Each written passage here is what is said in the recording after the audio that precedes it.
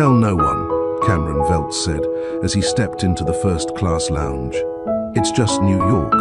3 days, that's all. His voice was low, but not soft.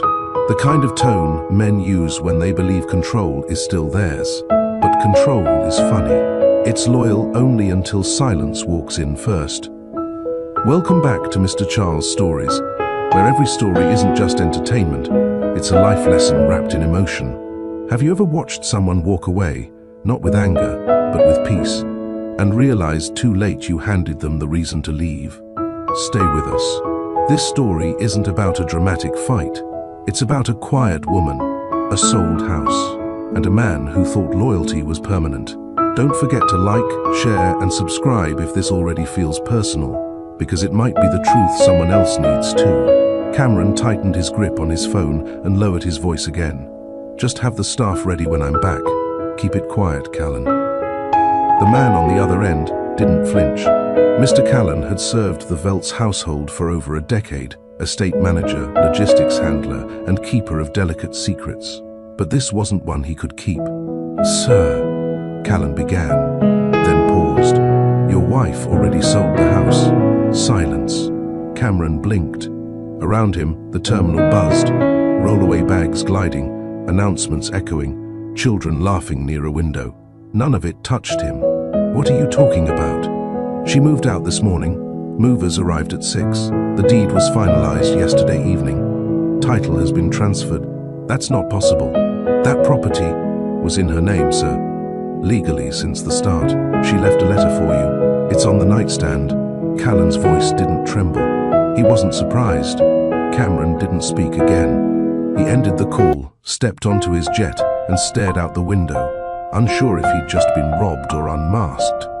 3 days earlier, in the same house, the hallway smelled faintly of lavender and lemon oil. Dilara always preferred subtle fragrances, never anything too bold. She walked with quiet focus, pausing at the base of the staircase. A man might miss the signs if he wasn't paying attention, but Dilara wasn't the type to throw scenes or break plates. She was the kind who folded memories into suitcases. In the main living room, movers stepped softly across the floor. No raised voices. No rush. Dilara had paid extra for discretion. Her hand brushed over the edge of the marble dining table, one she'd selected herself 5 years ago from a studio in Florence. Cameron had never asked why she chose it. He liked what it cost. Dilara met Cameron 6 years ago. She'd been working in San Francisco then, designing for boutique hotels. He was on the rise, still reachable, still grounded. She told him, "You don't need a house that impresses. You need one that knows you." He'd laughed and kissed her. Months later, he handed her full creative control of the home they moved into. Every room, every texture, every light bulb bore her signature. But Cameron's attention had limits. As Veltz Capital grew, the man who once memorized the curves of her handwriting now forgot their anniversary dinner. He called it pressure. She called it a pattern. He didn't notice when she stopped lighting candles. He didn't ask when she stopped dressing up for dinner. But she noticed everything. The after-hours calls, the cologne that wasn't hers, the silence that lingered between his shower and bedtime. She never asked, "Are you cheating?" Because when someone leaves the room while you're still in it, the answer is already clear. On the tarmac, Cameron's jet accelerated, but his thoughts didn't move. He scrolled his contacts, tapped on Dilara's name, hesitated, then locked his screen again. There was a time she answered before the first ring finished. That time was gone. Vanya would be waiting in New York. He had flown across states to escape a marriage he no longer felt, not expecting it would leave him before he landed. Vanya Relin entered their world like velvet, smooth, dark, expensive. She was hired to lead public relations. After a PR crisis Cameron called a minor misunderstanding, Dilara had shaken her hand once. Vanya's perfume lingered too long. Cameron told Dilara, "She's talented. She gets how this world works." Dilara didn't disagree. She only wondered when he stopped believing she did too. By the time the sun rose, the estate looked like a showroom, empty, echoing. Dilara stood in the foyer one last time. She didn't need a farewell speech. Her ring sat quietly on the entry table. Her letter, folded with care, rested upstairs on the bed where she had once thought forever lived. She turned without looking back. Her car pulled away like it had nowhere urgent to be, because freedom for the first time felt patient. When people think of breakups, they expect rage, noise, tears, but Dilara had none left to give. What she had was knowledge. That loyalty isn't owed where presence is absent. That peace is earned, not begged for. That silence, when chosen, becomes language. Some relationships don't fall apart, they evaporate. And by the time you notice the air is dry, the one who brought life has already stopped breathing for you. Cameron entered the mansion on a Wednesday evening. He didn't expect a welcome, but he did expect furniture. There was none. No Persian rug at the entrance, no piano near the window, no art on the walls. The house sounded different, like a memory echoing against marble. His footsteps traveled far too easily. He climbed the stairs slower than usual, part of him expecting Dilara to appear from the master bedroom and say, "Back early?" But even his imagination stayed quiet. The door was already open. The closet was stripped, just empty hangers and clean wooden shelves. The scent of her lotion had faded, but the absence of it hit harder. He turned to the bed. On the white duvet sat a folded note. The letter Callan had mentioned, Cameron didn't sit. He opened it like it might burn his hands. "Cameron, I didn't want to scream, so I left in silence. I didn't want to fight, so I chose peace. You told me many things with your actions. I listened, and I believed you when you showed me I was no longer your home. I sold the house, not out of anger, but because I built it. Every inch of it carried my touch, my time, my dreams. So I'm reclaiming my own story. Don't come looking. What I needed, you handed to someone else. What I need now is space. D." He folded the letter again. He didn't cry, didn't curse. The shock didn't leave room for either. He sat on the edge of the bed, elbows on knees, and realized something he had never considered. He had believed Dilara would always wait. After all, she'd waited through his late meetings, his cold moods, his distraction. She waited through missed dinners, business travel, vague apologies. He had convinced himself her silence was patience, but her silence was grief. And grief, when left unspoken long enough, turns into action. He walked downstairs. Still no furniture, just walls and glass. He remembered her favorite painting had hung over the fireplace. She used to adjust the lighting every evening so the colors would change with the sunset. He never asked why. He just told people, she's good with aesthetics. The kitchen was spotless. Even the spices were gone. She'd once said cooking helped her think. Every time she planned a design project, she'd spend the night before roasting vegetables or trying a new herb rub. The last meal they'd shared was takeout. He walked outside. The patio lights didn't come on. She'd programmed them to respond to her voice. He realized that night that the house had never been smart. It had simply been hers. She made it feel alive. And now it was a shell. Cold, echoing, expensive. The neighbors would find out soon. The media too. A woman like Dilara didn't leave quietly unless she wanted the exit to be loud without sound. He stood by the pool, looking at the water. Still, dark, reflective. He wondered if Vanya knew the house was gone. She probably didn't. She was still in New York, waiting for a call that might never come. Vanya wasn't the villain. She was a mirror. She gave Cameron what he thought he needed: admiration, attention, ego. He didn't love her. He liked how easy it was. Dilara had never been easy. She asked real questions, made him reflect. She reminded him that power didn't mean peace. She asked him once, "When was the last time you sat in silence without needing to fill it?" He hadn't answered. He pulled out his phone and opened their old texts. Nothing recent. Last message from her was 3 weeks ago. "Your flight lands at 4. Driver will wait." He scrolled higher. Photos of her early design work. A video of her laughing in their backyard the first year they moved in. Her hair had been shorter then. sunglasses on, barefoot in the grass. He watched it twice. He opened his contacts, pressed her name. The line went dead before it even rang. Disconnected. He tried her email. Returned. He called her college friend. Voicemail. She had wiped herself clean from his access. For a man who could reach almost anyone, this was new, unnerving, humbling. The house didn't just feel empty. It felt final. He remembered something Delara said years ago when they were still learning each other. People think silence means nothing is wrong, but sometimes silence is the loudest alarm. He had ignored that alarm for too long. He went to the garage. Only his cars remained. Her sedan, the one he used to joke was too quiet for a billionaire's wife, was gone. She'd loved that car, said it made her feel invisible in the best way. Not everyone wants to be seen every day, she once told him. He walked back inside and stood in the center of the living room. For the first time, he could hear the hum of the air vents, the soft whine of electronics.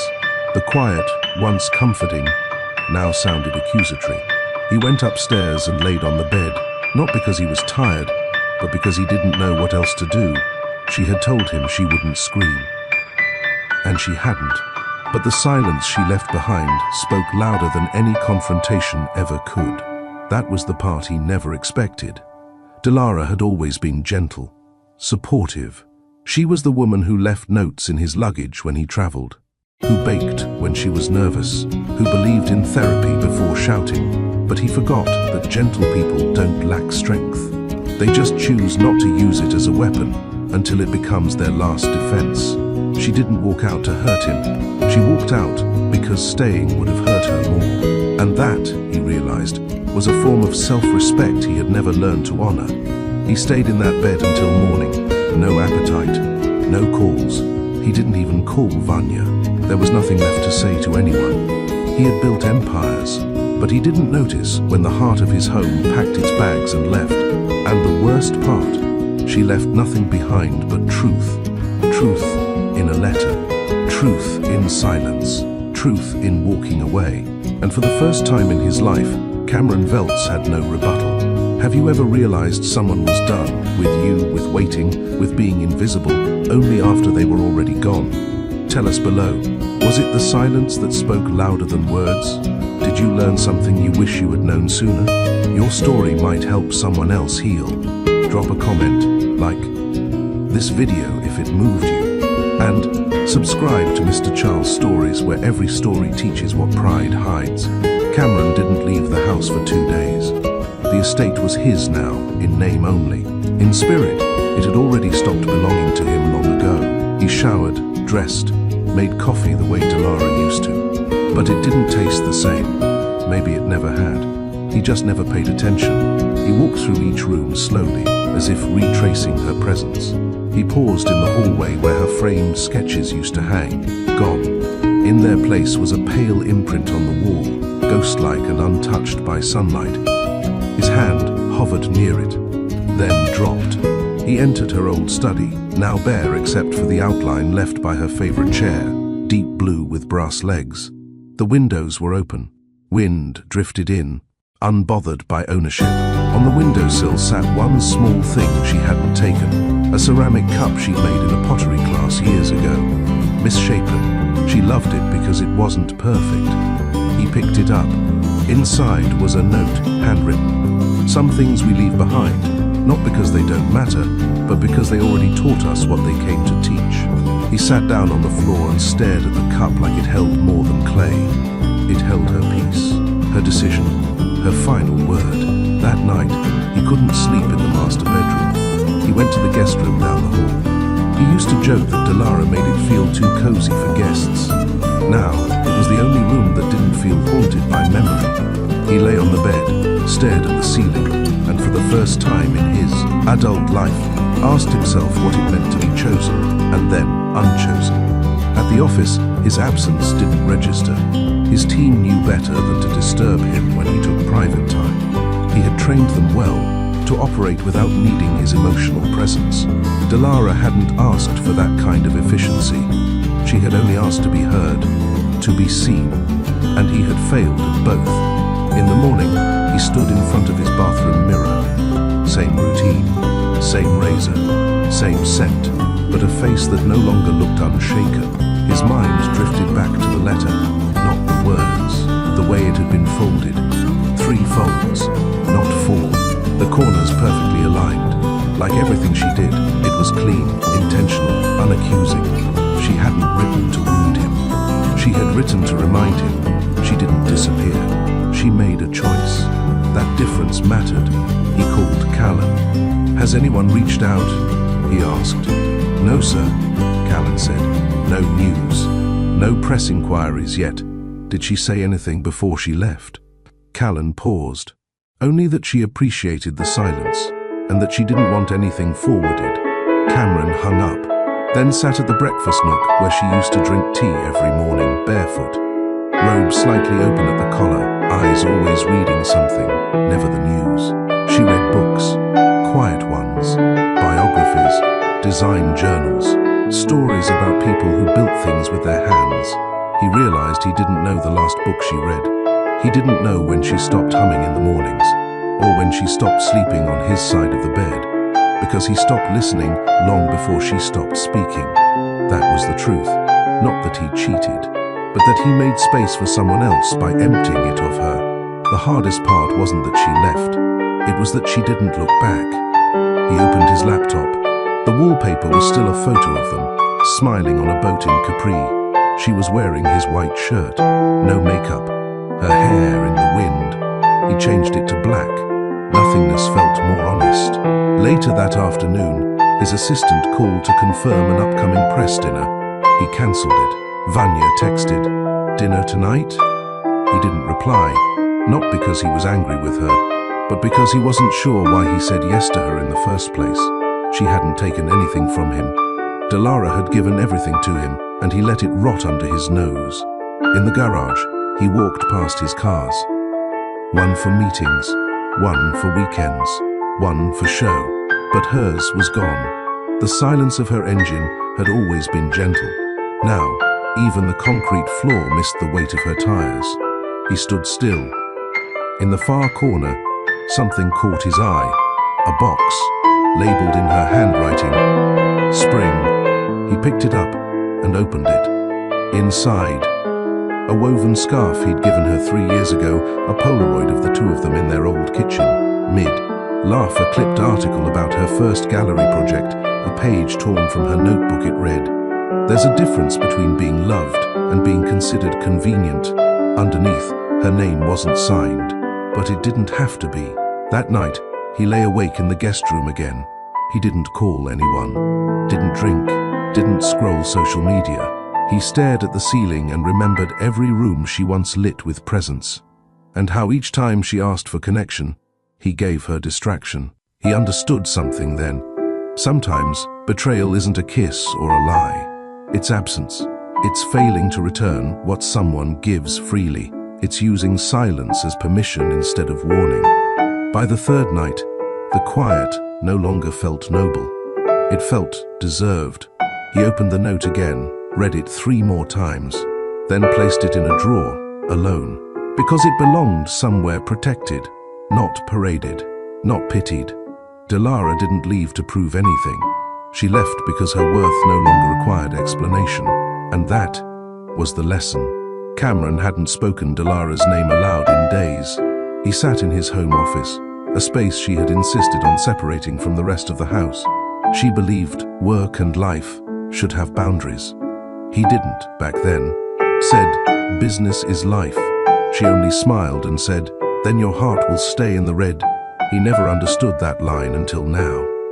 He opened the bottom drawer. It still held the first anniversary gift she gave him, a compass. He'd laughed. "You know I use GPS, right?" She replied, "This is for when you're lost in ways software can't fix." He never carried it. It had stayed in that drawer, untouched, pointless. Now, he gripped it in his hand, like it might finally offer direction. He leaned back and let his mind drift back to the beginning. They met at an architectural expo in San Francisco. She was curating the interiors of a luxury boutique showcase. He was a keynote speaker, pitching the future of private tech space.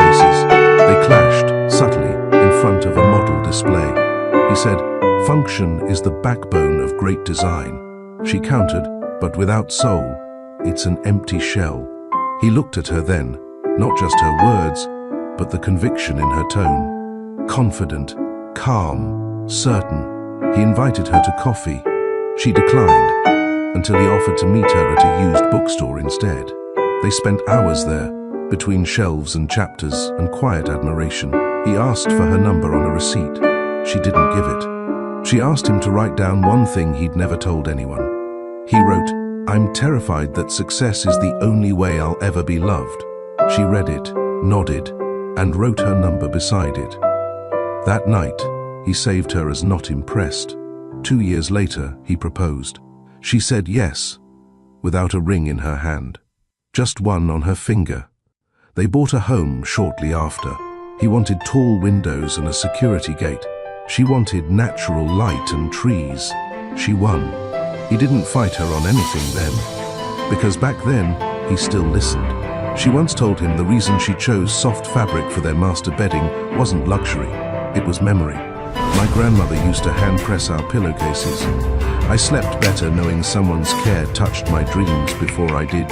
He'd kissed her shoulder and said, "You're strange." She smiled. "That's why you'll stay." And he did, until he didn't. Until late meetings became a habit. Until she stopped sending him articles she thought he'd like. Until he gave her a new phone and didn't realize her old one was still full of unsent drafts to him. He remembered the shift clearly now. One evening, she sat across from him at dinner, candle lit, her hair pulled back, eyes tired. She said, "Would you notice if I left the room right now?" He didn't answer. He was reading an article about Velt's Capital's next funding round. She'd excused herself. He finished dinner alone. When she returned, her eyes were drier. Her smile was wider, but nothing in it was real. That was the night she stopped asking for his time. He thought it was peace. It was permission. But now, he saw it for what it was, a slow exit done politely. He used to pride himself on control, managing staff, market timing, media perception, but he couldn't manage someone's quiet exit. He couldn't feel tiny when her love started slipping away. And media, it didn't even know the real story. He got up from his office chair and wandered to the back patio. It was dusk. The lights didn't come on. She had programmed them to trigger a golden hour. He stood in the dimness. He didn't want light. He wanted memory, clarity, the honesty of absence. A bird landed on the edge of the fountain she'd designed herself. A mix of concrete, copper, and clay. She said water features needed to sound like breath, not noise. He'd never understood that either, until now. The silence of the patio used to be relaxing. Now, it felt like a classroom, teaching him everything he'd missed while thinking he was ahead. He checked his phone. No new messages. He didn't want one. He wasn't ready to move on. He wasn't even ready to forgive himself. Inside, he opened their shared photo album. The most recent photo was 8 months ago, a charity event, both dressed formally. Her eyes didn't smile. But 5 years ago, there was a picture of her asleep on the couch, arms folded, his jacket covering her like a blanket, her lips parted slightly. Barely a frown, barely a smile. He took that picture while pretending to check email. He remembered thinking, "I hope she never stops waiting for me." He never said that aloud. And now, she had stopped. It didn't matter that he didn't kiss Vanya. It didn't matter that he paid for everything. It didn't matter that he never yelled. What mattered was that he left the relationship long before she did. She simply caught up. And when she did, she chose to exit without dragging it down with her. He closed the album and stared at the blank screen. The reflection staring back was unfamiliar. Not in face, in posture, in stillness. This was what remorse looked like when there was no one left to apologize to. No grand gestures, no fights to win, no accusations to dismiss.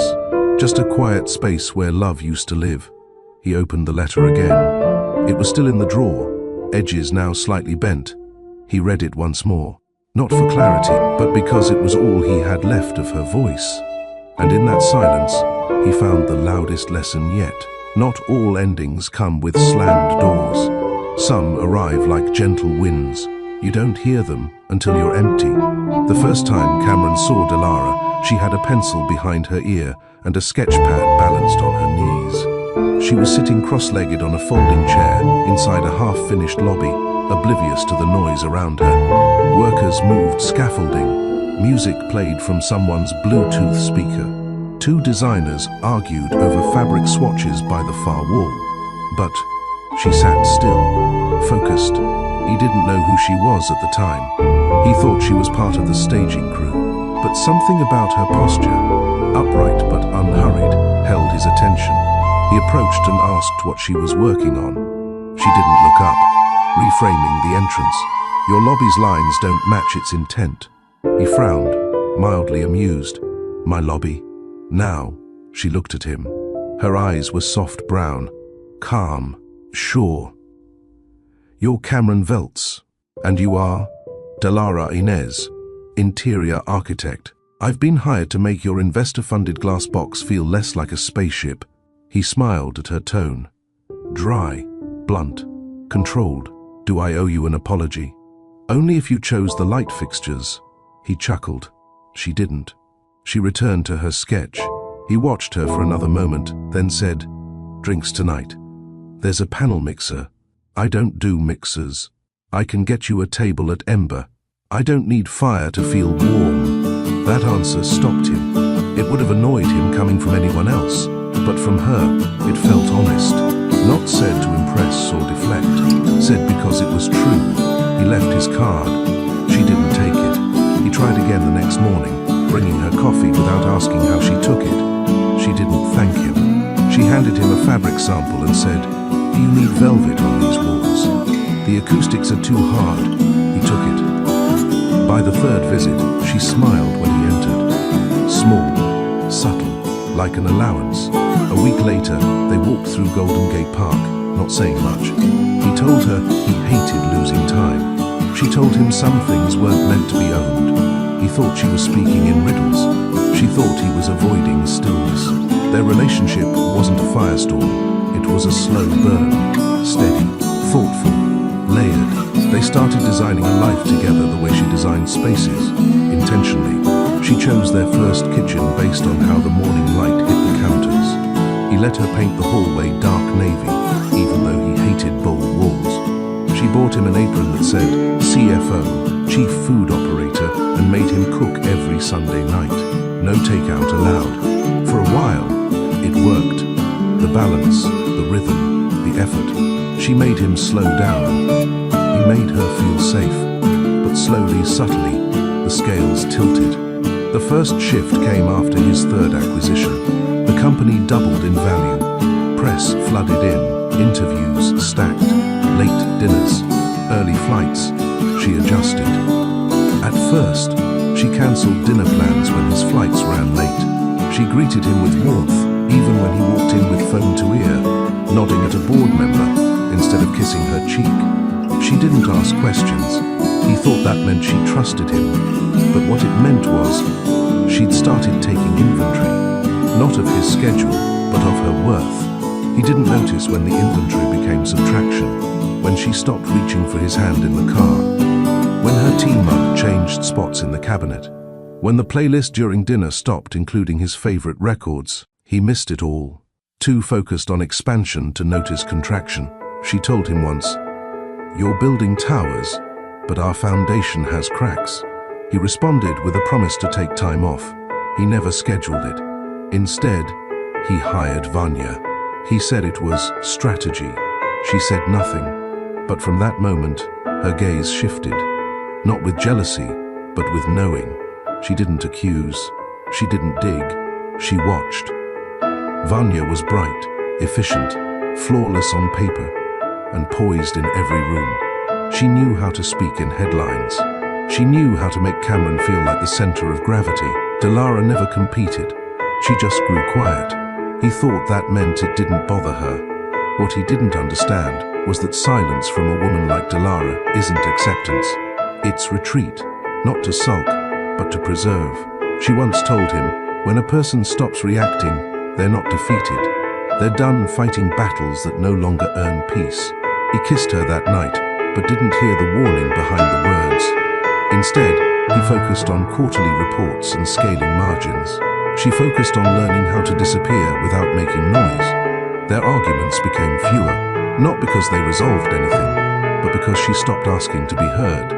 He forgot the last time he made her laugh without sarcasm. She forgot the last time he looked her in the eyes when asking about her day.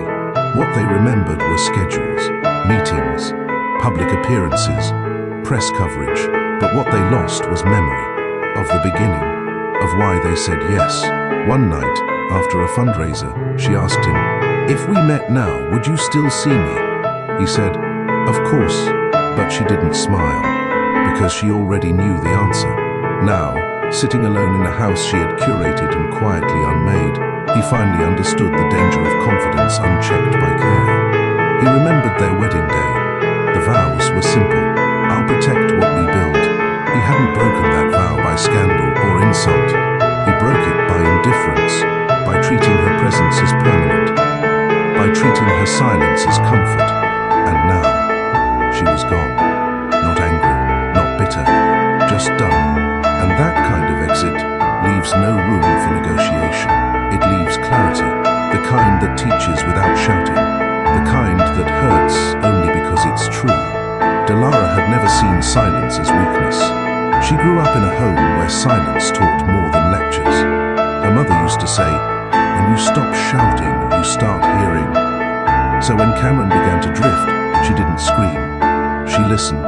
She listened when his good mornings faded to nods, when his eyes stopped pausing on hers, when the phone calls extended and his time at home shortened, when the scent on his shirt no longer matched hers. She noticed everything. But instead of confronting him, she turned inward. It started with small changes. She stopped refilling his vitamins in the pill organizer he kept on the bathroom counter. She used to do it every Sunday. By month 2, he hadn't noticed it was empty. She stopped setting reminders for his mother's birthday. He missed it. She deleted the shared calendar they used to manage their weeks. He never mentioned it. Each omission was a question, and each silence was his answer. He no longer needed her to keep his life aligned, so she began aligning her own. The decision to leave didn't come suddenly. It unfolded like a slow bloom. She journaled. Every morning, 1 sentence a day. The first entry, "I don't know when he stopped seeing me." The second, "I still make the bed like he likes it." Not sure why. By the 10th page, her writing shifted.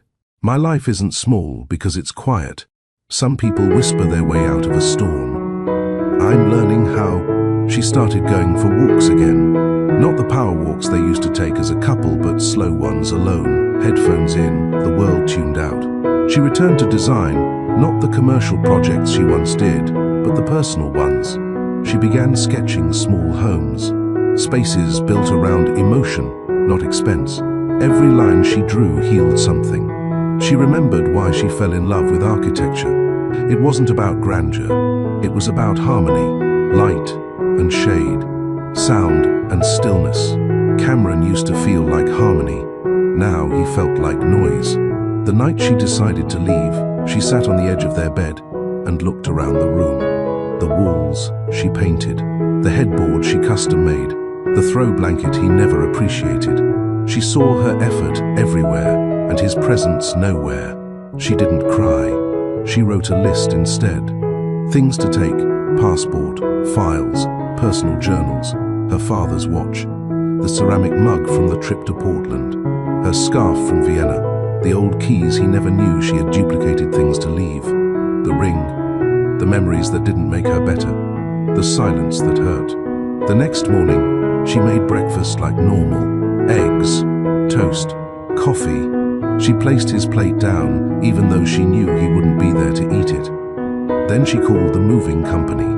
By 6 a.m. they arrived. She greeted them at the gate. Calm, ready. They moved quickly, respectfully. She had packed most of it herself. She had even folded the towels. When the last box was loaded, she walked through the house slowly. She paused at the fireplace. That's where he first told her, "I want this to be our legacy." then forgot to treat her like part of it. She smiled gently, not with bitterness, with release. She walked to the bedroom, folded the letter once more, and placed it on the bed. She added the ring beside it, not as a statement, but as a symbol. Not everything lost has to be thrown. Some things are simply complete. She drove out of the driveway without looking in the mirror. She didn't need to see what she was leaving. She needed to look forward, toward space, toward stillness, toward a version of herself that didn't wait in hallways hoping to be remembered. In the first hotel she checked into, the receptionist said, "Traveling alone?" She said, returning to myself. The room was plain, a queen bed, a desk, no view. But she opened the windows and let the dry air in. It felt honest. She opened her laptop and searched for listings. Not homes like the one she left. No marble, no custom gates, no security codes. Just clean spaces, quiet ones. Somewhere she could hear her own thoughts again. She found one in Santa Fe, a terracotta cottage with cracked tiles and olive trees. The photos showed sunlight pooling in corners, wooden beams, a porch swing. She emailed the agent that night. 3 days later, she signed the lease. It wasn't an escape.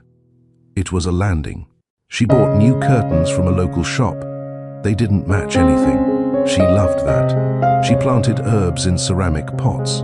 She made tea slowly, watching steam curl in the morning air. She worked again, took on a few design clients, small projects, real people. She found joy in things Cameron never noticed. Cracks in walls, imperfect lighting, paint under her fingernails. One afternoon, a client complimented the warmth of her living room. He said, "Your space feels like it listens." She smiled. It finally does. She never blocked Cameron, but she disconnected the lines that reached him. Phone, email, shared contacts. He had built walls. She had learned to walk through them. She didn't expect him to chase her. She didn't want him to. Because what she needed now wasn't an apology. It was her own peace. Vanya Relin first entered Cameron's life as a solution.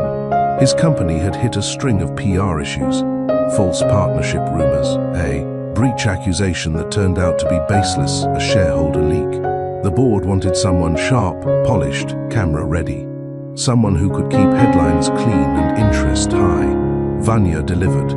She had a way of talking that made reporters lean in, smile mid-sentence, jot down quotes they hadn't planned to use.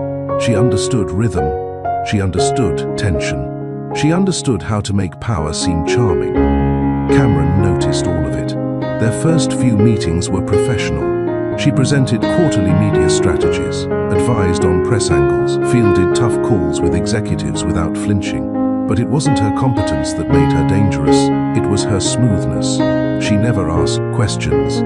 She filled silences with flattery. She never pointed out his mistakes. She aligned herself with his narrative and told him what she thought he wanted to hear. Delara never did that. She challenged him, paused conversations to dig deeper, asked him if his values aligned with his decisions. Sometimes it irritated him. Other times, it made him better. Vanya never irritated him, but she never made him better either. Their first one-on-one dinner was business, on the surface. He invited her after a press event, said they needed to debrief. She agreed without hesitation. Her dress that night was sleek. Her heels tapped like punctuation marks. They didn't talk about work for more than 10 minutes. He told himself it was harmless, just conversation. Vanya laughed at his stories. She complimented his restraint. She called him one of the last real ones. Delara never called him that. She once said, "You don't need people to worship you. You need people to remind you why you lead." Vanya offered comfort. No demands, no needs. Delara had expectations. That night in New York, the trip that unraveled everything, Cameron didn't lie. He was there for meetings, but he didn't need Vanya there. He chose her presence. She brought champagne to the penthouse. They toasted to new beginnings. She didn't ask about Delara. She didn't ask about anything that might complicate the mood. That was her gift. Clean energy, no history, no weight. But now, sitting alone in a house without life, Cameron saw it clearly. He hadn't chosen Vanya because he loved her. He chose her because she made him feel untouchable again. Dilara had touched every vulnerable part of him. And when someone sees your fears, you either grow or retreat. He had chosen retreat. Vanya texted again. "You okay? You've been quiet." He didn't respond. Not because he hated her, but because she reminded him of what he'd used to distract himself from what truly mattered. He remembered a conversation he had with Dilara 2 years ago. They were in the garden. She was planting lavender. He said, "I don't think peace is real." She looked up from the soil. "Peace isn't a place. It's a choice." He'd laughed. "That sounds like a quote on a mug." She wiped her hands and stared at him. "That's the problem. You think truth needs packaging." He brushed her off. Now, her words haunted him more than her absence. Because she was right. Vanya was packaging. Dilara was truth. He stood up from the couch and went to the liquor cabinet. Still stocked, he poured himself a glass of scotch, stared at it, then poured it down the sink. He didn't want numbness. He wanted clarity. He walked back to the bedroom. The letter was still there, the ring still beside it. He didn't touch either. He sat on the edge of the bed and whispered, "I see you now." The room didn't answer, but something in him settled. Not peace, not yet, but honesty. The first crack in the wall he built around himself, the kind Dilara used to try to reach through, until her hands grew tired. The kind Vanya never bothered to touch. The difference was everything. Vanya sat on the edge of her hotel bed, phone in hand.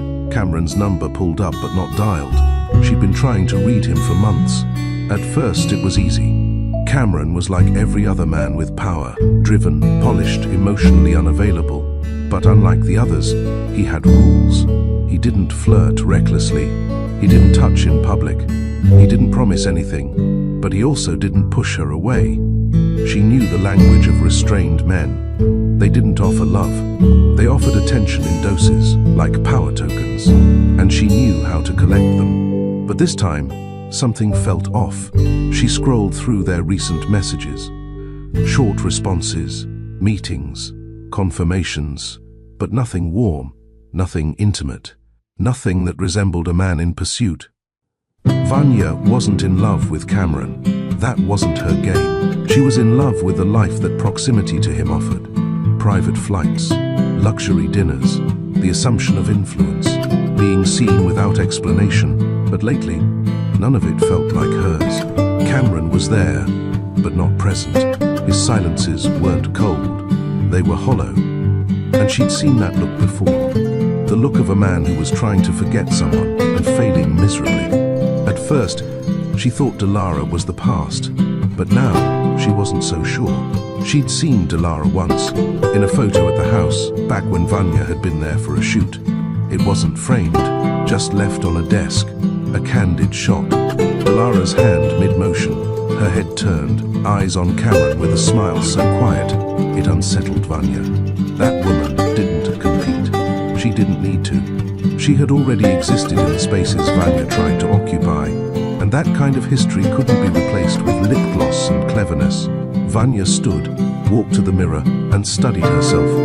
Perfect makeup, designer blouse, controlled expression, but under that, doubt. She texted again.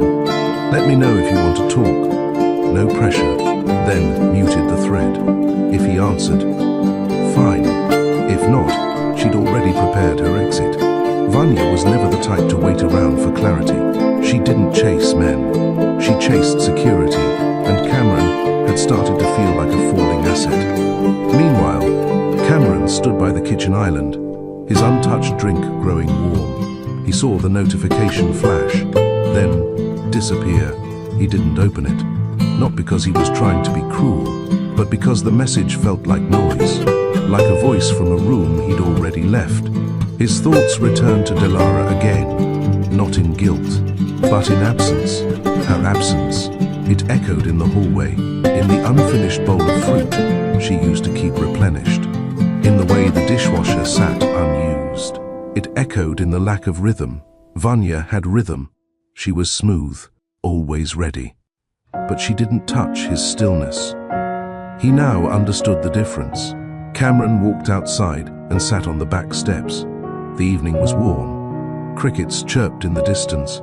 He remembered when he and Dilara first moved in. They used to sit here, barefoot, drinking tea, no words between them. He asked her once, "You ever afraid it'll get boring?" She said, "If we're bored, it's because we stopped looking." She never stopped looking. He did, and now he sat here alone, learning how to look at what he lost. His phone buzzed again. This time, it was his assistant. Reminder, "You have a press call scheduled at noon tomorrow." He deleted it. Nothing he could say to the press would matter. Not when the headlines he needed to rewrite were never public. He stood, stretched, and walked back in. The letter was still on the bed, still folded, still heavier than it looked. He reached for it, not to read, just to feel the weight. That piece of paper had undone him more than any lawsuit or board threat, because it was final, and it was true. He slipped it into a drawer, then opened his laptop. He searched flights. Santa Fe.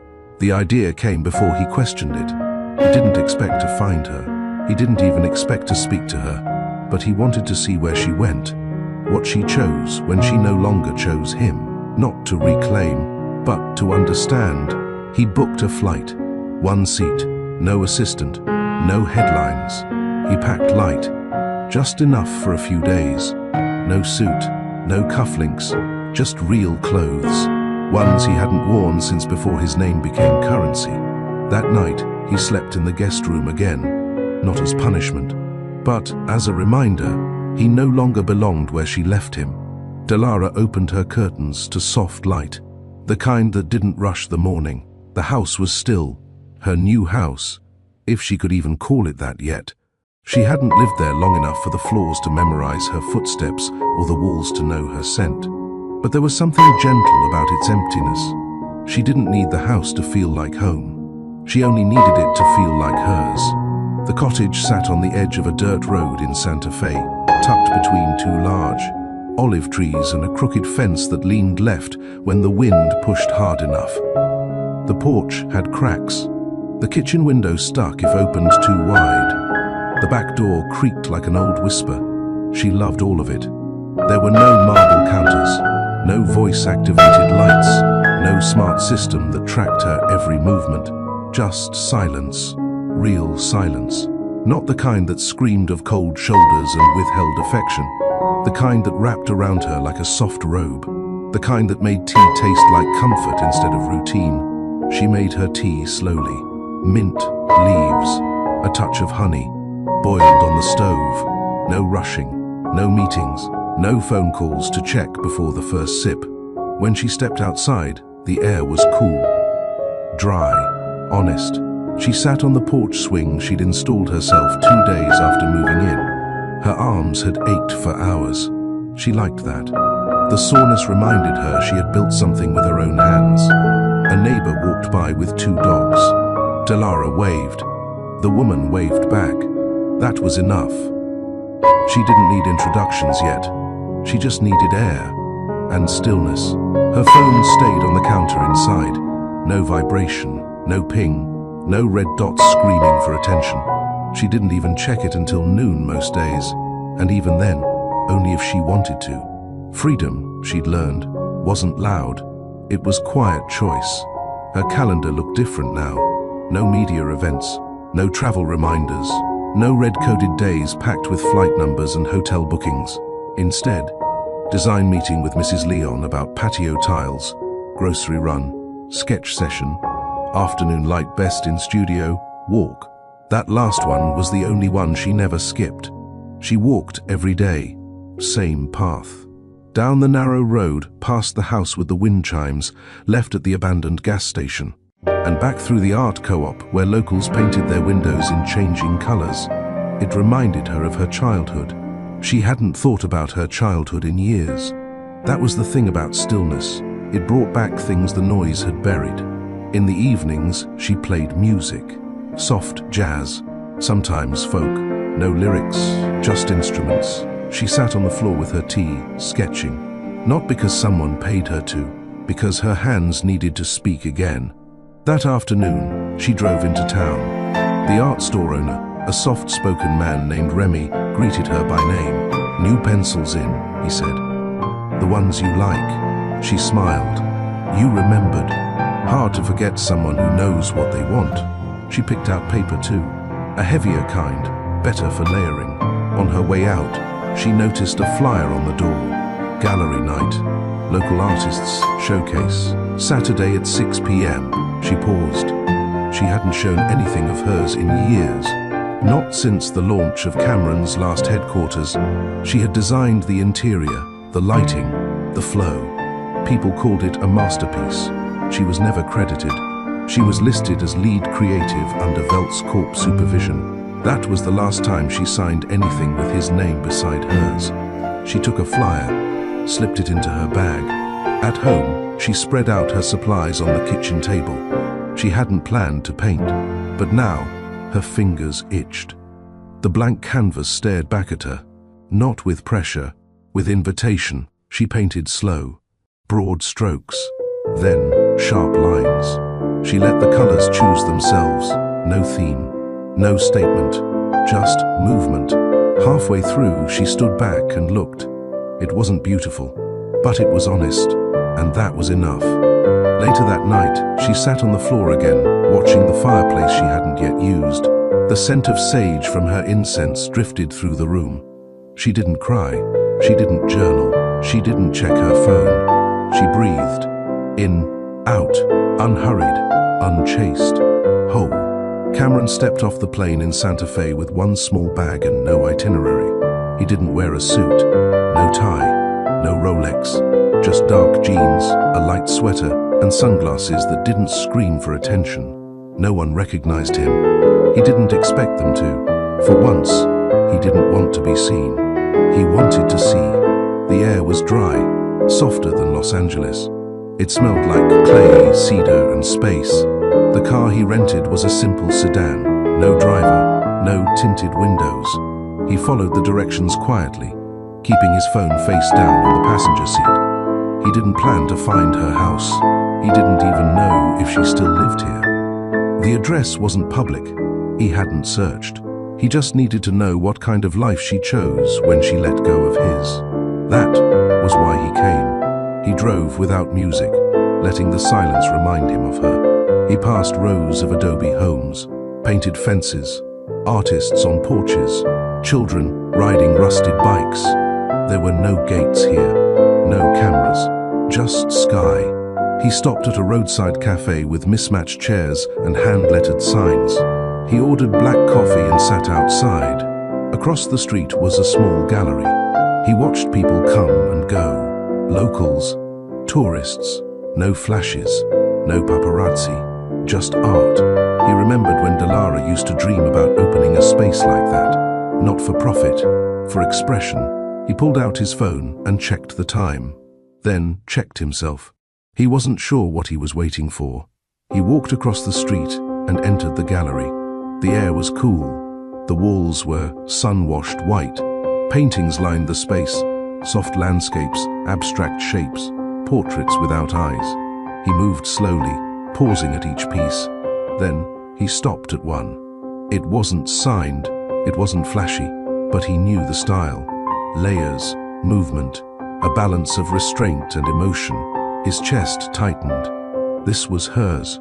She was here, not in the room, but in the lines, the rhythm, the choices. He turned to the gallery assistant. "Who's the artist?" The woman looked up from her notebook. "Local designer, new to the showcase. We're featuring more of her pieces this Saturday night." Her name? Delara Inez. His throat tightened. He nodded once, then stepped back. He didn't ask more. He didn't need to. He walked out and sat on the curb outside, sun warming his arms, her name warming his chest. She hadn't hidden. She had simply lived. He felt it in the way her art stood on its own, unbranded, unbothered. That night, he checked into a small inn just outside town. Nothing expensive, The key was a real key, not a card. The windows opened wide. The curtains fluttered. He sat on the edge of the bed and stared at the blank wall. No letter here, no ring, just him. He called no one. He didn't update his assistant, didn't tell Vanya. He wasn't here for explanations. He was here because something inside him was finally quiet enough to listen. He thought back to the night before she left. He'd come home late. Again, she was in bed, reading. Not a romance, not a thriller. A biography on a forgotten architect. He kissed her cheek. She didn't pull away, but he didn't lean in either. He asked, "You good?" She said, "I'm learning how to be." He didn't ask what that meant. He showered, slept, forgot. Now he remembered. Now he heard it differently. I'm learning how to be, not with him, but beside him, without him, after him. He lay back on the bed, eyes on the ceiling. He wasn't here to win her back. He wasn't even sure she'd let him speak. But he understood now why she left. Not because of Vanya, not because of betrayal, because he stopped holding space for her. He filled their life with noise and called it success. She wanted presence. He offered performance. And when she realized her quiet wasn't being heard, she left with dignity. That was what haunted him. Not the leaving, the dignity. No accusations, no final fight. Just a clear door and footsteps that didn't turn around. He sat up, pulled out his notebook, and started writing. Not a message, a memory. The first time she cried in front of him. It was during their second year. Her first project had been rejected by a high-profile client. She sat on the bathroom floor, holding her sketchpad like it had betrayed her. He found her there, kneeling, silent tears. She didn't ask for comfort. She asked for silence. So he sat beside her, just breathing. He didn't speak. He let her fall apart without interruption. And when she was ready, she leaned her head against his shoulder and said, "This is how I heal." He had forgotten that moment. Now, it was all he could see. That woman still existed, but she no longer leaned into him. She leaned into herself. And that was power. He closed the notebook and stared into the dark. No music, no sound, just the lesson. Sometimes the one you lose is the one who taught you how to hear. Have you ever stepped away from someone? Not out of anger, but because silence had become your only language. Or maybe you were the one who didn't notice they were slipping away, until the room felt colder than the goodbye they never gave. Share your experience in the comments. What did you learn when the quiet finally made sense? And if this chapter spoke to something you've lived through, drop your thoughts below. Hit like and subscribe to Mr. Charles Stories, where the truth always comes wrapped in the quiet. Saturday came with a quiet sky. Not a cloud in sight. The air in Santa Fe felt warmer than usual, but it wasn't stifling. It was alert, awake, like it knew something was about to shift. Delara stood in front of the mirror, smoothing her dress. It wasn't designer. It didn't have a label. It was a soft navy blue with long sleeves and a wrap around her waist that tied in the back. She'd chosen it because it moved when she walked, because it reminded her of still rivers. She pinned her hair into a low twist. No makeup but mascara and a soft lip balm. She didn't want attention. She wanted to belong to her own evening. The gallery had invited her as part of their new artist spotlight. 3 of her pieces were displayed. She hadn't told anyone, not friends, not former clients. She didn't want opinions. She wanted air. At 5:45, she stepped into the gallery with a quiet breath and a small clutch. The lights inside were soft, music barely audible. Someone's curated jazz playlist. People already filled the space, walking slowly, murmuring with wine in hand. Delara stayed near the back at first, observing, watching her own work from across the room. She didn't need praise. She needed to witness how people stood in front of her art. Were they curious? Did they pause? That was enough. She noticed someone admiring one of her pieces, reclaiming shape. A canvas layered with indigo, copper, and ash. A woman turned to her friend and said, "It feels like it's breathing, doesn't it?" Delara smiled to herself and stepped closer to the wall. She hadn't thought about Cameron in days. Not intentionally. She just hadn't needed to. She felt centered, grounded, complete. She didn't miss him. She missed the version of herself she used to be around him. The hopeful one, the soft one, the one who believed someone would choose her without needing reminders. That version didn't die. She evolved. And now, she painted from a place she didn't even know she had. Outside, Cameron stood beside the gallery entrance, his hands in his pockets. He watched people filter in and out. His name meant nothing here. That grounded him. He hadn't come to interrupt. He came to understand, to witness, to accept. At 6:10, he stepped inside. The gallery smelled like wood, canvas, and orange wine. He scanned the room. He didn't look for her right away. He looked for her work. He recognized it immediately. The same controlled chaos she used to show in her sketches, but freer now, more textured, more voice. He stood in front of one titled Threshold. Blacks, greys, a thin streak of gold slicing through the middle like a choice. He didn't need the label to explain it. He understood. It was the moment she decided to leave. He could feel it in the tension of the stroke. Behind him, Delara noticed the back of his frame. Still tall, still quiet, still carrying power in his posture. But he looked smaller somehow. Not in size, in presence. Like someone who finally understood the cost of their actions. He hadn't seen her yet. She didn't rush the moment. She watched him observe her work. He wasn't checking his phone. He wasn't pretending. He was absorbing. That, in itself, was something she hadn't seen in years. After a few minutes, she walked past him. Not close enough to speak, just close enough for him to sense her. And he did. He turned. Their eyes met. Nothing dramatic, no cinematic pause, just acknowledgement. She gave him a small nod. Controlled, peaceful. He returned it. Neither moved. He stepped aside, giving her the space back. She walked to another guest and began talking about another artist's piece. Cameron didn't follow. He watched from a distance, saw the way people leaned in when she spoke, how she pointed with her fingertips and explained color the way she used to explain mood lighting in their home. She belonged here. He felt it in his chest. This wasn't a phase. This was her truth. And he'd been a chapter she'd already written. He stepped back. Delara noticed. She didn't go after him.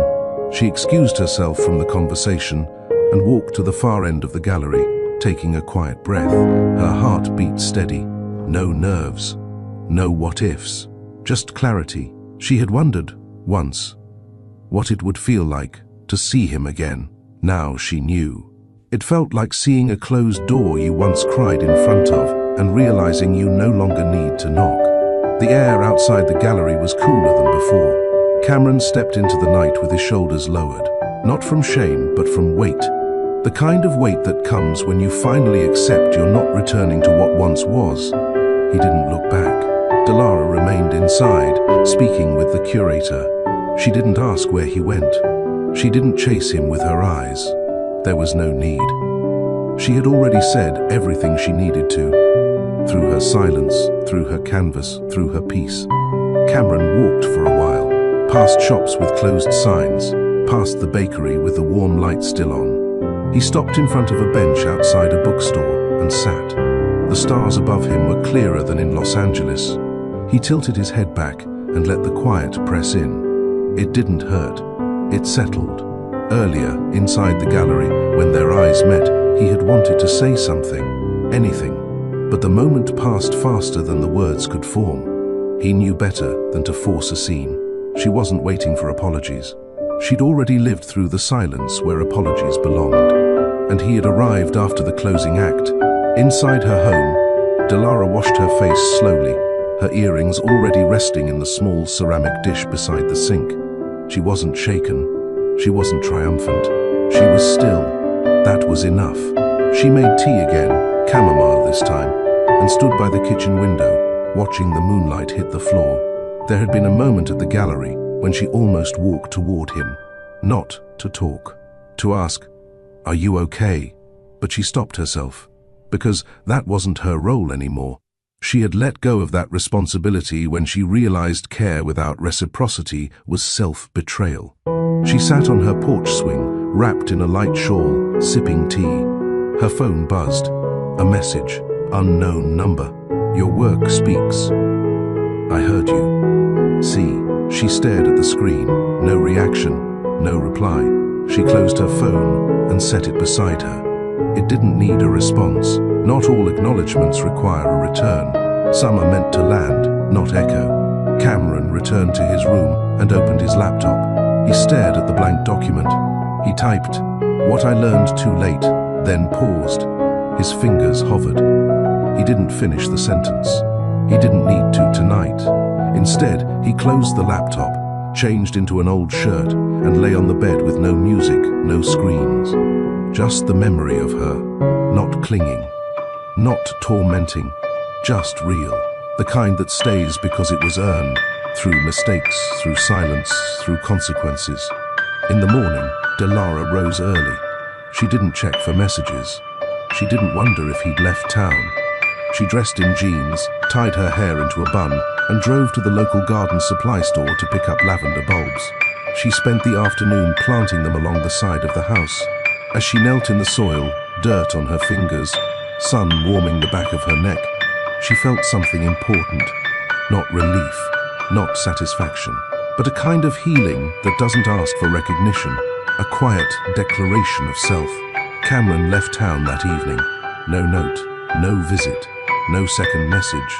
It wasn't defeat, it was understanding. Delara no longer lived in the version of him that once needed her, and he no longer lived in the version of her that waited for him to catch up. They had seen each other one last time, and in that moment of calm acknowledgement, a chapter closed without needing words. Delara stood barefoot in the garden, the early sun brushing gold across her shoulders. The lavender she'd planted 2 days ago had settled in nicely, its scent already lifting on the breeze. She loved how plants adjusted. No complaints, no questions, just quiet rooting. That morning, she felt rooted too, not to a location, to herself. Her days no longer ran on urgency. She woke when her body asked to, moved when the light shifted through the windows. Her alarm clock hadn't beeped once since arriving in Santa Fe. In the kitchen, she sliced peaches, toasted bread, brewed black tea. Breakfast was no longer a transaction, it was a ceremony. She played soft piano music in the background, the kind with no tempo, no pressure. Just slow chords that reminded her that healing didn't arrive like a rescue. It showed up like sunlight, little by little, until one day it stayed. She spent the afternoon preparing for her next design consult. A small patio renovation for an older couple who wanted more color, more breathing room. They didn't ask about her credentials. They didn't know who she was married to. They just trusted her eye. That was all she'd ever wanted.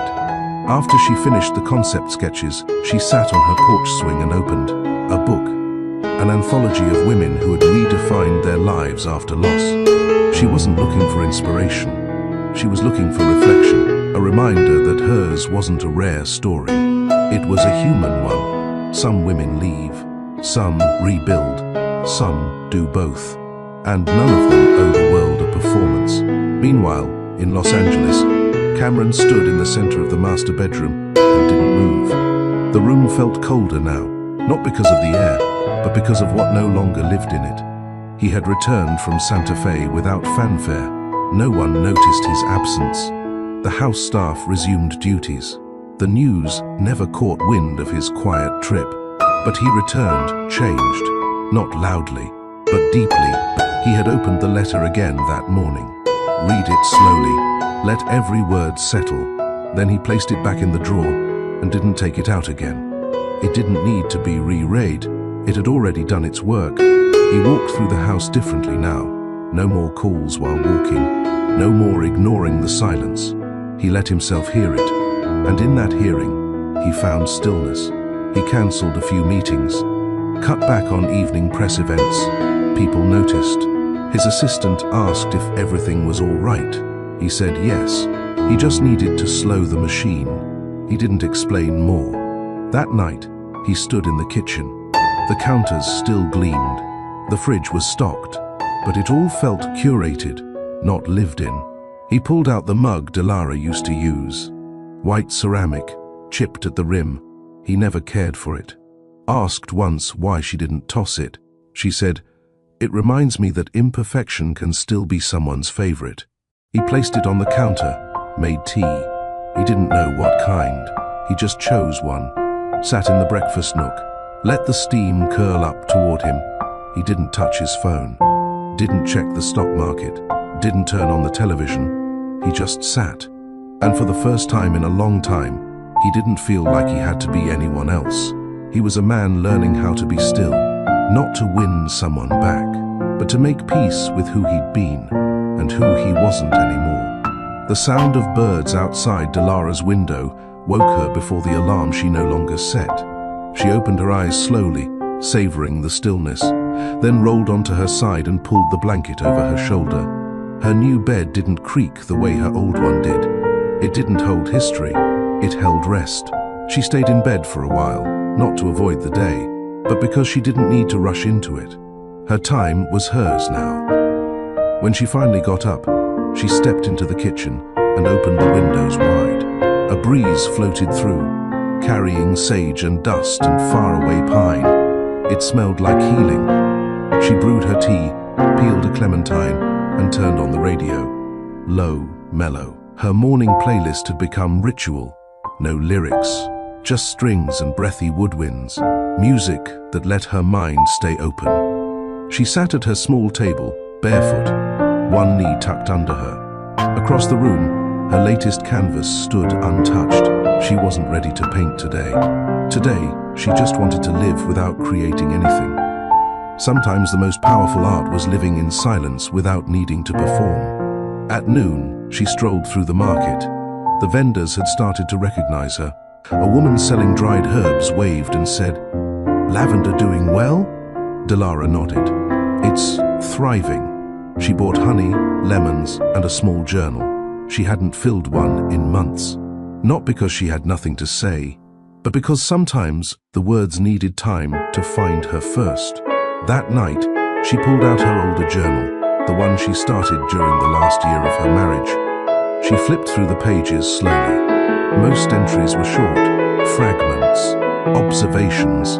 He didn't notice I changed the sheets. I said goodnight to an empty room. Love shouldn't require reminders to feel present. But toward the end, the tone shifted. I am learning to love myself without waiting for him to help me. I can leave quietly and still be powerful. She smiled. Not with pride, with relief. That woman still existed, but she no longer needed to plead for space. Delara closed the journal and slipped it into the bottom drawer of her nightstand. She didn't need to carry it anymore. Its weight had done its work. That same night, across the city lights of Los Angeles, Cameron was packing a box, not to leave, but to reduce. He had started clearing out the excess, gifts he never opened, objects that looked good in photos, but meant nothing in real life. Framed awards, empty liquor bottles from old parties. It wasn't about downsizing, it was about making room. He kept only what had feeling, the ceramic cup Delara made, the compass she once gave him. And one photo, her in the kitchen, flower on her cheek, hands raised mid-laugh. He taped the box shut and slid it into the closet. Then he opened his laptop. He drafted an email. Subject, gallery visit. He paused, then typed, "Delara, I won't say much. I just want to thank you for your work, for your grace, for the way you held yourself even when I didn't know how to hold you. You were never invisible. I just refused to look. I see you now. That's all." No reply needed. Cameron. He hovered over the send button, then closed the laptop, not because he changed his mind, but because he no longer needed her response to validate his growth. The message wasn't for her, it was for him. The act of writing it was the closure. He turned off the light and sat on the edge of the bed, staring out at the city skyline he used to call his empire. Now, it was just background. What mattered was quiet. And for once, the quiet didn't feel like punishment. It felt like honesty. Delara stood in front of her easel, brush in hand, but her fingers didn't move yet. It had been 3 days since she last painted, not from block, but because she was waiting to feel joy again, not just resolve. Healing had steadied her. Now she craved something lighter, brighter. She dipped the brush into a soft coral color and let it glide across the blank canvas. No design, no intention, just motion. Color met color. Shapes collided. It didn't have to make sense.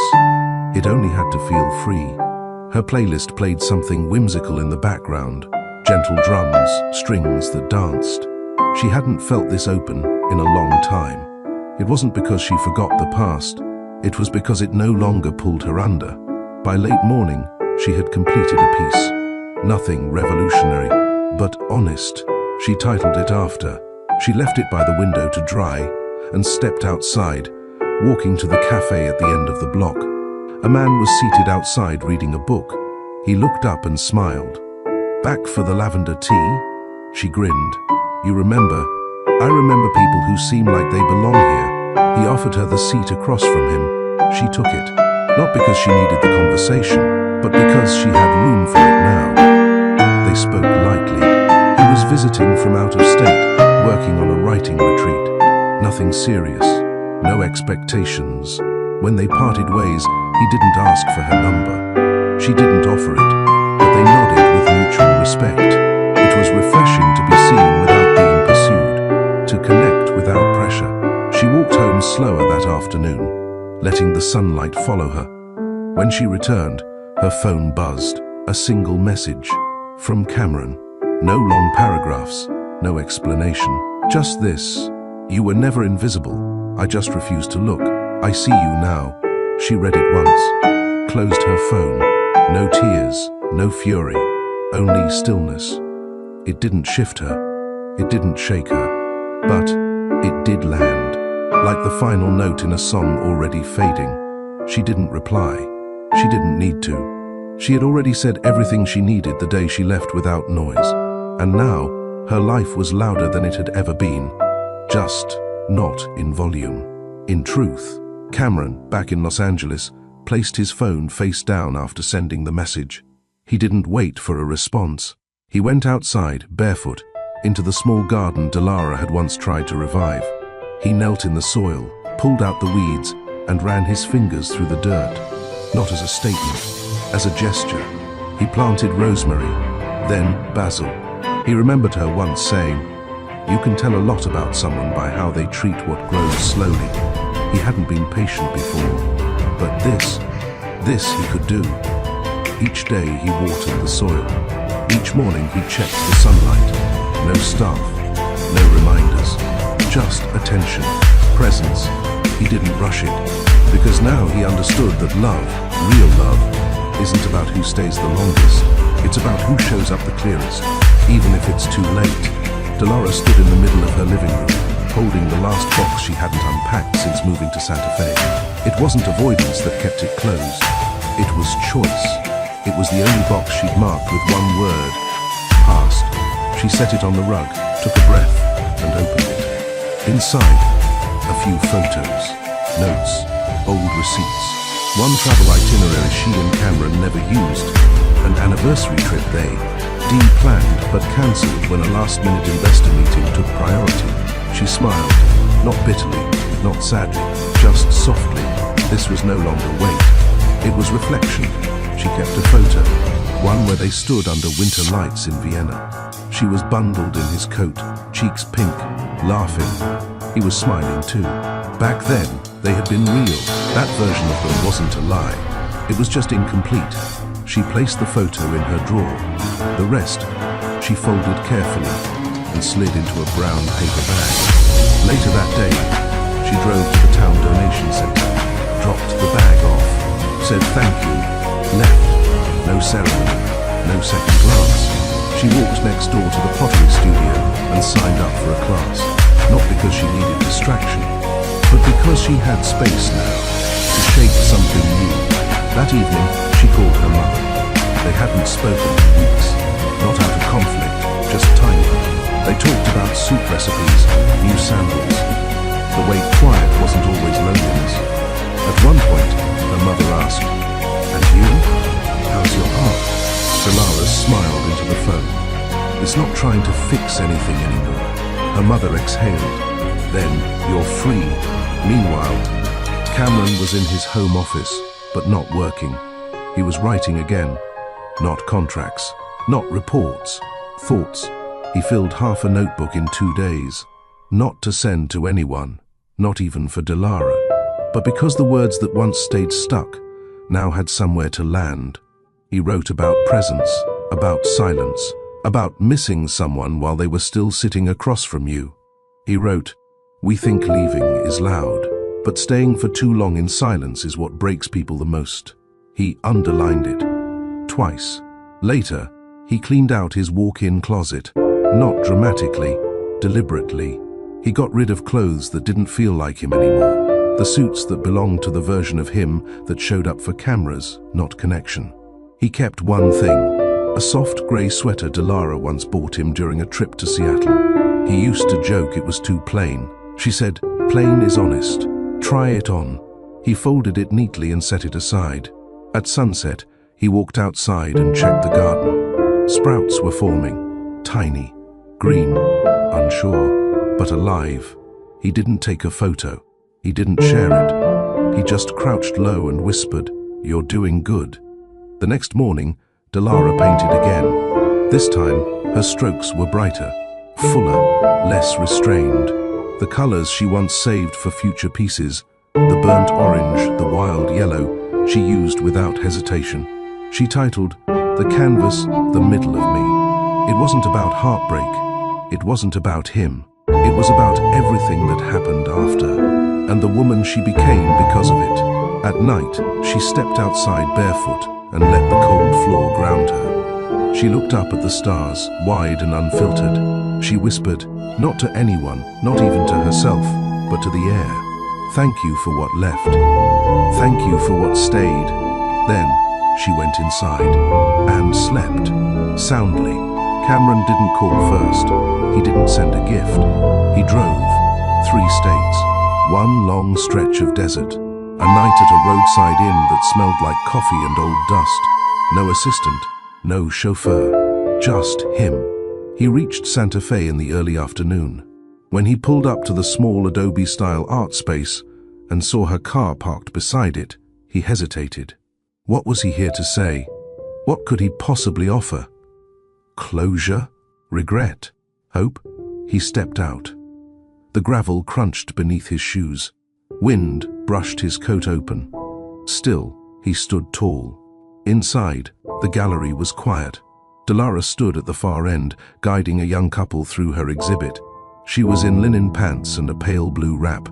Her hair fell in a soft braid over her shoulder. There was clay on her hand. She hadn't seen him yet. Cameron waited. He watched her laugh softly at something the woman said. He watched her point at a painting, open sky, no door, and explain what freedom felt like. And for the first time in years, he didn't feel like the center of the room. He felt like a man learning where the center was again. When the couple left, Dilara turned. She froze. Their eyes met. No rush, no panic, no false smile. She walked toward him, slow and grounded. He said nothing. She said, "Santa Fe?" He nodded. 3 days. Her brow lifted. "You drove?" He offered a small, lopsided smile. "Felt like I owed the road a conversation." She folded her arms loosely, not closed off, not open either. "Why now?" He paused. "Because for once, I didn't come to explain. I came to listen." She nodded slowly, then gestured toward the back patio. "I have 10 minutes." He followed her. They sat on a bench beneath a wooden pergola. Sunlight filtered through the slats. He waited. She didn't speak. Eventually, he did. "I never learned how to put people first without feeling like I was failing something else." She tilted her head. "You mean your empire?" He met her eyes. "I mean, my need to prove I could be enough without losing." A A silence stretched between them. He added, "And in proving that, I lost more than I ever measured." She leaned back, her hands still stained with dried clay.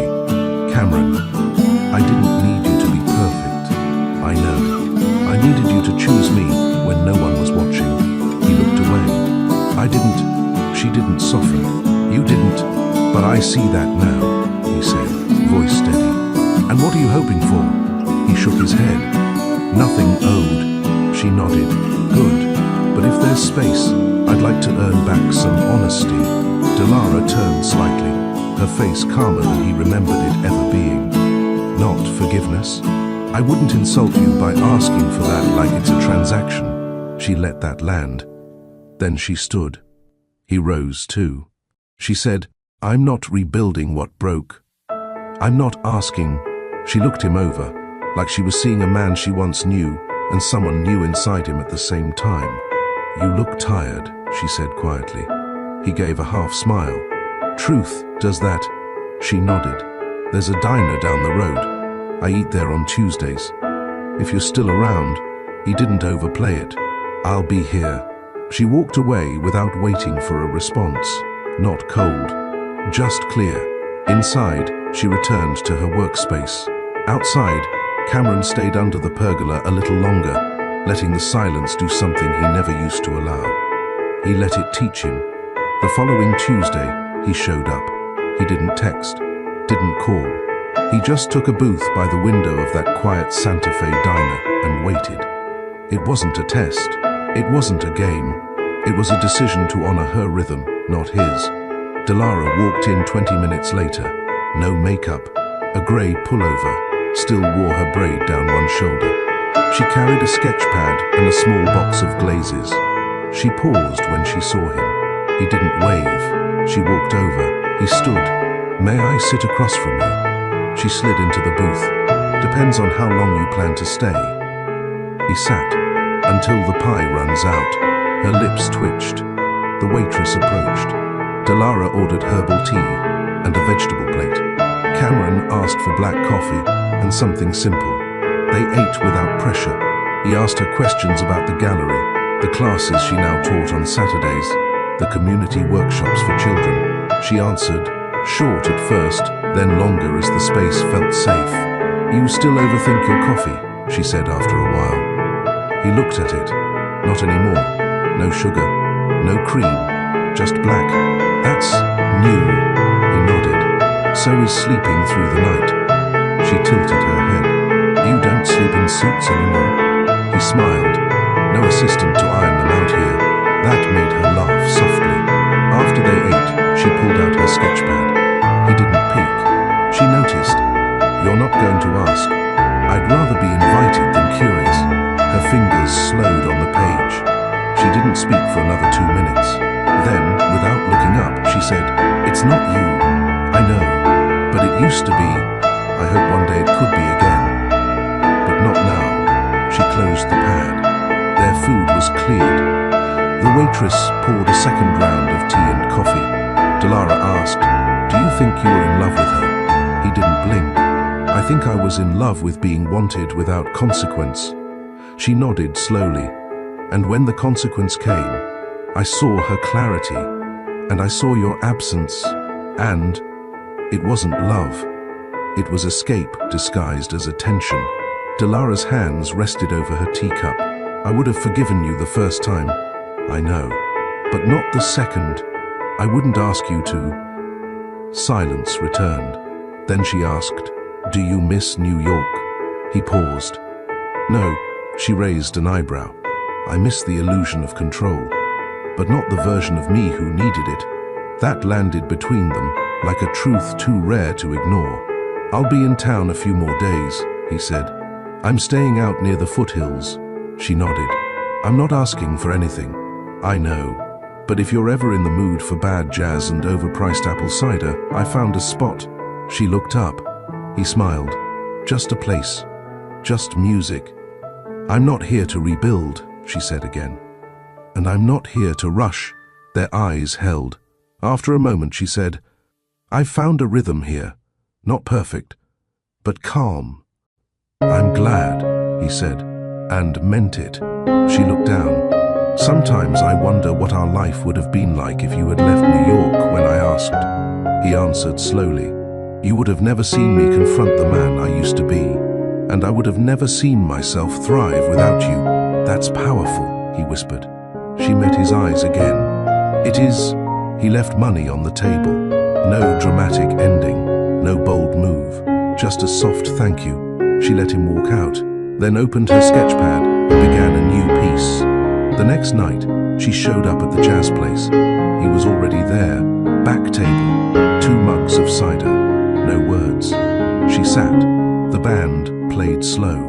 A trumpet cried into the warmth of the room. Delara leaned back and watched the music. Cameron didn't try to hold her hand, didn't lean too close. He sat beside her like a man learning peace, not with the past, not with promises, but with presence. She glanced at him, then back at the stage, and quietly stayed. By Friday, the local art gallery was preparing for its seasonal showcase.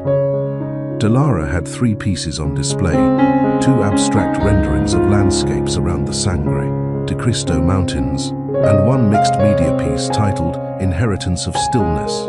She didn't invite Cameron. She didn't even mention it to him. He came anyway, not because he assumed he belonged there, but because he saw the flyer in town, saw her name, and remembered how often he'd missed her moments before. The gallery buzzed with soft conversation and clinking glasses. Local artists mingled with patrons, students, and families. The walls shimmered with intention and quiet pride. Cameron wore no tie. His shoes were dusty from the desert road. His shoulders were relaxed but uncertain. He saw her from across the room. She wore black slacks and a burgundy blouse tucked in. Her hair was pinned. No jewelry, no flash, just ease and effort, the way she always showed up for others even when they didn't notice. She didn't flinch when she saw him. Instead, she gave a small nod.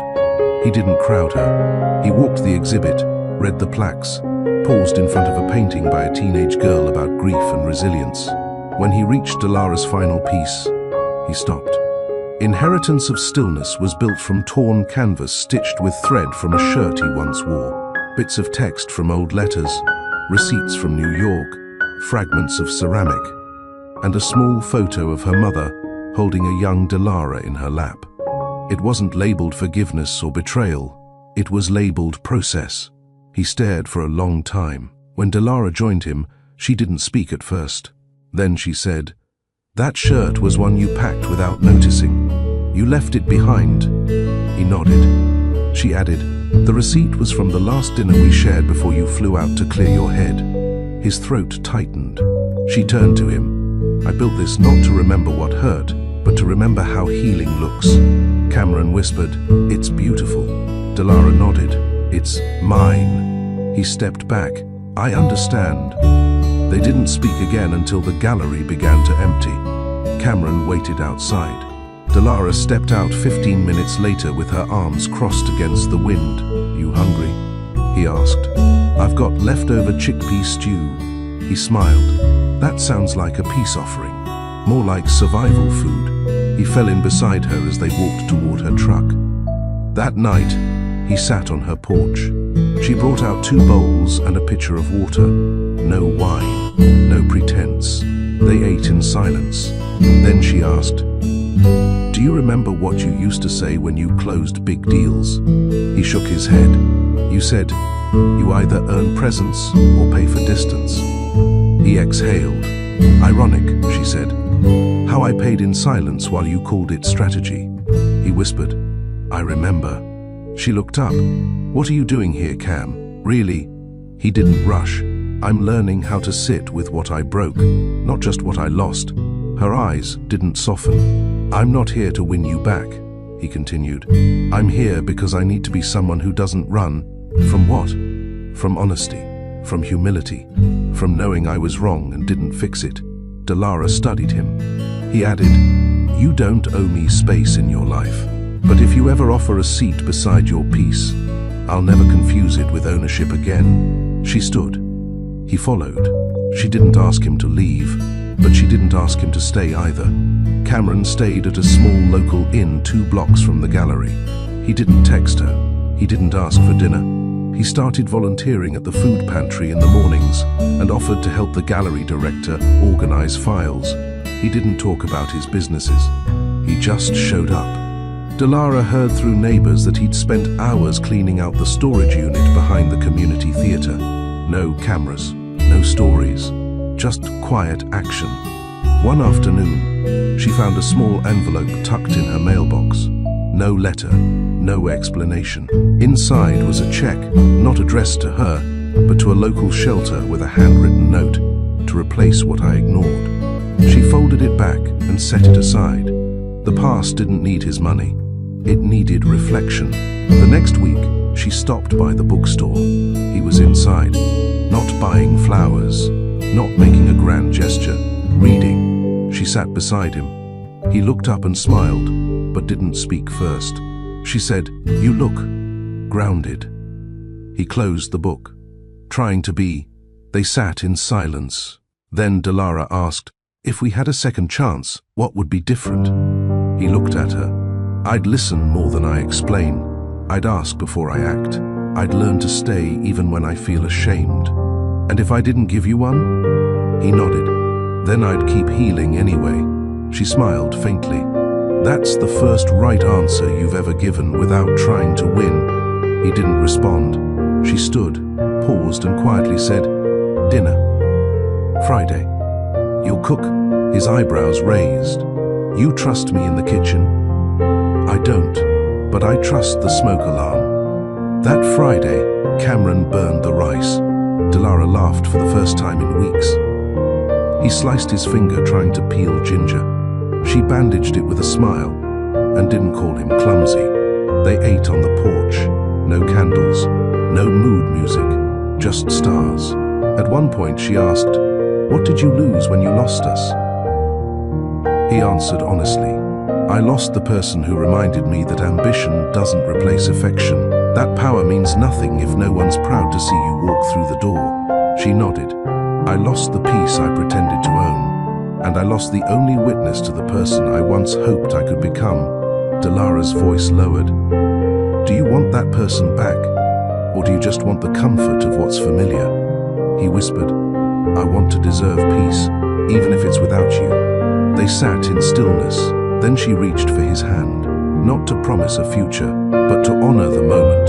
A beginning, not a return. Months passed. Cameron never moved back into the mansion. It remained sold. Delara never asked him to prove anything. He simply kept showing up, at city meetings, at art auctions, at the quiet parts of life that made love grow slowly again. When he finally asked her to walk with him one evening, she agreed. They didn't define it. They didn't rush it. Love returned, not because time healed, but because accountability watered the ground where pride once lived. They started over, without title, without timeline, but with truth, moral close. When betrayal shatters a home, forgiveness isn't the prize. It's the byproduct of reflection, effort, and time. Trust doesn't return with apologies. It grows where consistent actions take root. Love isn't destroyed by failure. It's destroyed by arrogance after failure. Delara didn't teach Cameron how to fix the past. She taught him how to face it without defense. He didn't redeem himself with grand gestures. He earned moments, inch by inch, by becoming someone worthy of peace, not ownership. In the end, they didn't rebuild what broke. They built something new, slower, wiser, freer. What was your biggest takeaway from Delara and Cameron's journey? Was it about second chances, dignity, or the quiet power of walking away until someone learns how to show up? Tell us in the comments. And if this story stirred something in you, subscribe to Mr. Charles Stories for more unforgettable love, life, and lessons. See you in the next one.